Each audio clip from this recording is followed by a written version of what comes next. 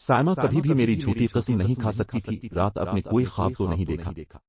उसने कुछ सोचते हुए पूछा, अगर मैंने ख्वाब देखा है तो ये गुलाब का ताजा फूल कहाँ से आया? वाकई बात तो आपकी सही है। हम दोनों कुछ देर बैठे यही सोचते रहे, फिर उठकर हाथ मुंह धोकर नाश्ते के टेबल पर पहुंच गया।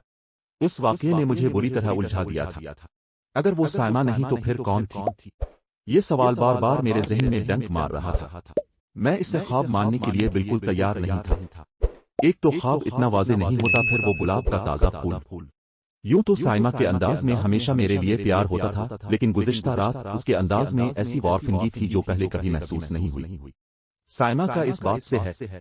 मैं जितना सोचता इतना ही सख्ती से इनकार करना कि मेरे कमरे में आई ही नहीं, ये सब किया है। कल रात वो उलझता गया। नाश्ता करते हुए पहुंचा। इसकी आंखों में साइमा, तुम्हें नींद में चलने की बीमारी तो नहीं? उलझन थी। ऐसा क्यों कह रहे हैं आप? बाज औकात इंसान नींद में वो काम कर गुजरता है जिसका उसे जागने पर एहसास भी नहीं होता। मैंने इसे समझाया, अगर आपकी बात को सच भी मान लिया जाए तो गुलाब का फूल कहां से आया? इसकी दलील काफी मजबूत थी। मैंने कंधे उचकाए। ऐसे सर खपाने से कोई फायदा नहीं, फिर किसी वक्त बात करेंगे। जब मैं बैंक के लिए रवाना होने लगा तो साइमा ने मुझे याद दिलाया, आज जरूर अब अहद और मोमिना के एडमिशन के लिए किसी अच्छे से स्कूल के बारे में मालूम करूं। ठीक है, आज जरूर ये काम कर लूंगा। साइमा ने मुझे मुस्कुराते हुए रुखसत किया। इस दिन में बैंक जाकर कुछ ऐसा मसरूफ हुआ कि सर को जाने की फुर्सत ना मिली। खान साहब, क्या सारे साल का काम आज ही खत्म करना है? इमरान ने अंदर दाखिल होकर कलाक की तरफ इशारा किया। देखें क्या टाइम हो गया है। मैंने दोनों हाथों को सर से बुलंद करके अंगड़ाई ली और दुखते हुए सर को कुर्सी की पुष्ट से टका दिया। सार स्टाफ जा चुका था यार।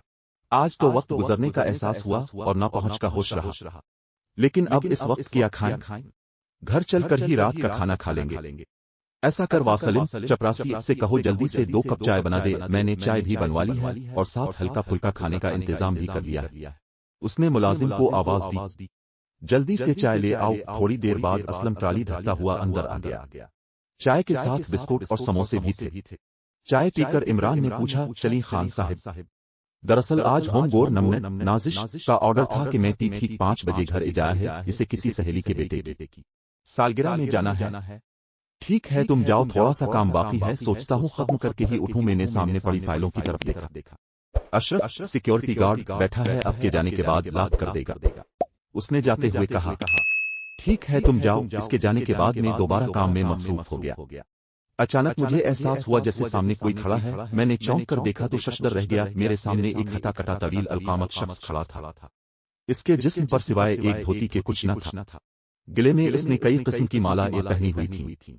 एक मोटी सी माला इसके हाथ में भी थी, सरंडे के छलके की तरह साफ, और दरमियान में एक मोटी सी चोटी जिसे इसने सीने पर डाल रखा था।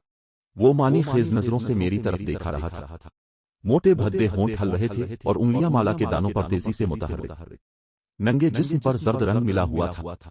माथे पर तलक का निशान उसे हिंदो जाहिर कर रहा था। वो कब आया मुझे मुतलक खबर न हुई। सबसे अहम बात यह थी कि बैंक टाइम खत्म होने के बाद उसे अंदर क्यों आने दिया गया। पहला ख्याल जो मेरे जहन में आया, कहीं बैंक में डाकू तो नहीं घुसा। लेकिन इसका हुलिया इस बात की नफी कर रहा था। मैं चूंकि इस इलाका में नया था इसलिए मुझे मालूम न था ये उन हिंदू भी रहते हैं। मैंने उसकी तरफ सख्त नजरों से देखते हुए पूछा, कौन हो तुम? अंदर कैसे आए? वो कुछ न बोला, जब तक मेरी तरफ देखता रहा। इसके होंठ मुसलसल हल रहे थे। बड़ी बड़ी आंखों में मेरे लिए बैक वक्त गुस्सा, नफरत और अकीदत नजर आ रही थी। मैंने डांट कर कहा, मैं पूछ रहा हूं तुम कौन हो और अंदर कैसे आए? वो अब भी खामोश रहा। मेरा पारा हाई होने लगा। अभी सोच ही रहा था कि अशरफ को बुलाकर इससे पूछूं कौन है यह शख्स और इसे अंदर क्यों आने दिया गया। इस गूंजदार आवाज कमरे में उभरी, महाशय, इस मूर्ख को क्यों कष्ट तकलीफ देता है?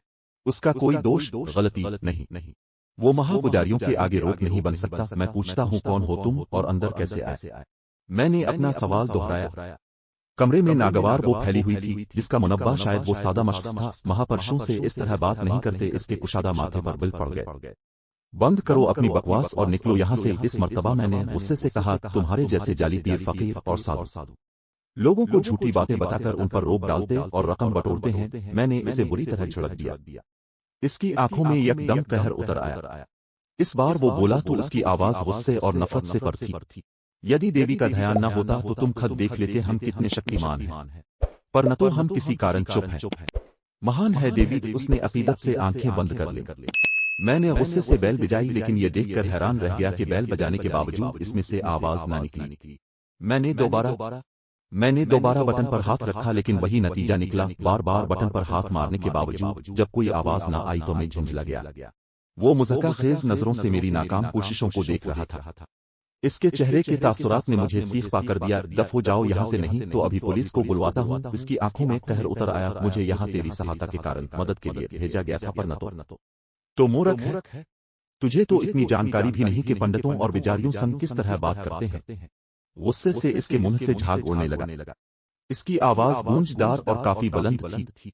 मैं हैरान था कि सिक्योरिटी गार्ड कहाँ मर गया। क्या इसने आवाज नहीं सुनी होगी? जबकि इसको यह हुक्म था, अगर कोई शख्स जरसी बदतमीजी से पेश आए तो फौरन पुलिस को फोन करे। मैंने शीशे की खिड़की से बाहर देखा। सामने दरवाजे पर सिक्योरिटी गार्ड गिन पकड़े बदस्तूर बैठा। साधु ने मेरी तरफ देखा। इसके भद्दे होंठों पर मानी खेज मुस्कुराहट थी। तो वाकई मूर्ख है। इतनी सी बात तेरी बुद्धि अक्ल में नहीं आई कि वो मेरी आवाज नहीं सुन सकता। यदि ऐसा होता तो वो अब तक अंदर ना आ जाता। मैं हैरान था कि ये सब क्या है। बालाखल ने कहा, बेहतर है तुम खुद यहाँ से चले जाओ, वरना तुम जैसे कोई दूसरा अलिफ तरीका अपनाना पड़ेगा। अच्छी तरह जानता हूँ। तो वाकई मूर्ख है। जाने देवी को तुझ में क्या दिखाई दिया जो मुझ जैसे महान पंडित को तेरे पास भेज बालूपियों को में दिया। उसने अपना हर्जा सराई जारी रखी। देवी के भेद देवी ही जाने। वो महान है। वो दोबारा अपनी किसी देवी की तारीफ में लग गया। तुम कौन हो और क्या चाहते हो तुम? इस बार मैंने जरा नर्म लहजे में पूछा। किसी सवाल मेरे जहन में कुलबुला रहे थे। ये शख्स कौन है? अंदर कैसे आया? इससे मुझसे क्या काम है? देवी कौन है? मेरे सवालों के जवाब अगर दे सकता था तो वो यही मनहूस सूरत साधु था। इसलिए मैंने लहजा बदलते हुए पूछा। अब तेरी बुद्धि ने काम करना शुरू किया है। इसकी आंखों में मेरे लिए तमस्खुर था। मुझे गुस्सा तो बहुत आया, लेकिन जब्त किए बैठा रहा। सुन मूर्ख, बहुत बुरी पर कुशा आजमाइश से गुजरने वाला है तो तेरी पत्नी हमरे करतूये में रोक बनेगी, और देवी ऐसा नहीं चाहती। इससे तुझे कुछ बताने आया हूँ। इसका एक लफ्ज मेरे पले ना पड़ा। मुझे तो तुम्हारी एक बात भी समझ नहीं आ रही। देवी पर कुशा, ये सब क्या बकवास है? मैं इस किस्म की बातों में आने वाला नहीं। जाकर किसी और को बेवकूफ बनाओ। मैंने इसे झिड़क दिया। गुस्से से इसका चेहरा सियाह पड़ गया। देवी की सौगंध, यदि उसका ध्यान न होता तो मैं तुझे अब भी बताता कि मैं कौन हूं और क्या कर सकता हूं। पिंटो, वो गुस्से से बेल खा कर रह गया। इसकी आंखों से बैक वक्त गुस्से और बेबसी के मिले जले तासुरात का इजहार हो रहा था। तुम जाते हो या मैं पुलिस को बुलाऊं? मैंने फोन की तरफ हाथ बढ़ाया। तो बड़ा भाग्यशाली है जो इतनी बड़ी शक्ति तुझे बैठे बिठाए मिल गई, जिसे प्राप्त करने के कारण कई साधु और पंडित पर लोग सुधार गए। इससे देवी ने ही मुझे यहाँ भेजा है कि तुझ जैसे मूर्ख को समझाऊं कि जिन कठिनाइयों में तो पड़ने वाला है उनसे बच जाए। वो खला में घूरते हुए बड़े पर असरार अंदाज से बोला, तेरी इस देवी को मुझसे क्या हमदर्दी है जो मुझे बचाना चाहती है, और तो मुझे क्या समझाने आया है? मैं उसकी फजूल बको इससे बेजार हो गया था। तो अपनी धर्म पत्नी को तलाक दे। वो बोला, बकवास बंद कर हरामजादे। मैंने गुस्से में सामने पड़ी पत्थर की वजनी एस्ट्रे उठाकर उसे दे मारी। साइमा के बारे में इसकी बात सुनकर मैं गुस्से से पागल हो गया। एस्ट्रे गोली की तरह इसके सर की तरफ गई, लेकिन उगला लम्हा मुझे हैरान कर गया। एस्ट्रे इसके सर से टकराकर यूं पाश हो गई जैसे इसका सर नहीं चट्टान हो। इसकी आंखें लाल अंगारा हो गईं। इनमें बिजलियां सी कौंधने लगीं। तो ने मुझ पर हाथ उठाया है महाराज अमर कुमार पर। वो गुस्से से कांपने लगा। उसने अपना दायां हाथ मेरी तरफ उठाया। इसके होंठ तेजी से हिलने लगे। वो कुछ पढ़ रहा था। अचानक उसने चौंक कर छत की तरफ देखा। कुछ देर वो इसी हालत में खड़ा रहा, फिर किसी नादीदा वजूद से मुखातिब हुआ, देवी मुझे मत रोक। तो जानती है इस मसले ने मुझ पर वार किया है महाराज अमर कुमार पर। मैं इसी से इसे भस्म कर दूंगा। कुछ देर वो तजब्जुब की हालत में खड़ा रहा, फिर मेरी तरफ देखकर बोला, धन हूं देवी के जिसने इससे तुझे मेरे शराब से बचा लिया। पर न तो जो हरकत तूने की है इसका बदला तुझे ओश मिलेगा। वो से दूर नहीं जब तू मेरे चरणों कदमों में पड़ा जीवन भिक्षा मांग रहा होगा। मैं तुझे ऐसा शराब दूंगा कि तू जीवन भर याद रखेगा। ये एक मेहमान साधु का तुझसे वचन है। वो गुस्से से कांप रहा था। इससे पहले कि मैं कुछ कहता, वो मुड़ा और तेज तेज कदमों से चलता हुआ बाहर निकल गया। मैं फौरन उसके पीछे लपका। बाहर कोई भी ना था। एक लम्हे में वो गायब हो गया था। मैं तेज कदमों से चलता हुआ मैन दरवाजे तक गया। अशरफ मुस्तैदी से अपनी ड्यूटी दे रहा था। मुझे देखकर वो खड़ा हो गया। किधर गया वो खबीस? मैंने इसके करीब जाकर उधर उधर देखते हुए गुस्से से पूछा। बैंक एक बड़े हाल और मेरे केबिन पर मुश्तमिल था। हाल खाली पड़ा था। किसको ढूंढ रहे हैं साहिब? अशरफ ने हैरत से मुझे देखा। तुम किस उसकी तरफ गहरी नजरों से देखा तरह अपनी ड्यूटी देते हो? मेरी इजाजत के बगैर तुमने इस हिंदू को अंदर कैसे आने दिया? मैंने कौन हिंदू साहिब जी? किसकी बात कर रहे हैं? मैं तो इस वक्त से यहीं बैठा हूं। मैंने तो किसी को नहीं देखा। वो बुरी तरह वो खुला गया। झूठ मत बोलवा, भी एक हिंदू अंदर आया था। काफी देर वो मेरे कमरे में खड़ा बातें करता रहा और तुम कह रहे हो कोई नहीं आया। वो कसमें खाने लगा उसने किसी को नहीं देखा। मैं थोड़ी देर वहीं खड़ा रहा, फिर उसे सख्ती से ताकीद की अगर दोबारा ऐसा हुआ तो मैं इसके खिलाफ शिकायत लिख भेजूंगा। सारे वाकये पर मुझे सख्त हैरत थी। कहीं बैठे बैठे मेरी आंख तो नहीं लग गई? मैंने कोई ख्वाब तो नहीं देखा? मैं बुड़बुड़ाया, लेकिन कमरे में टूटी हुई एशट्रे के टुकड़े इस बात की नफी कर रहे थे।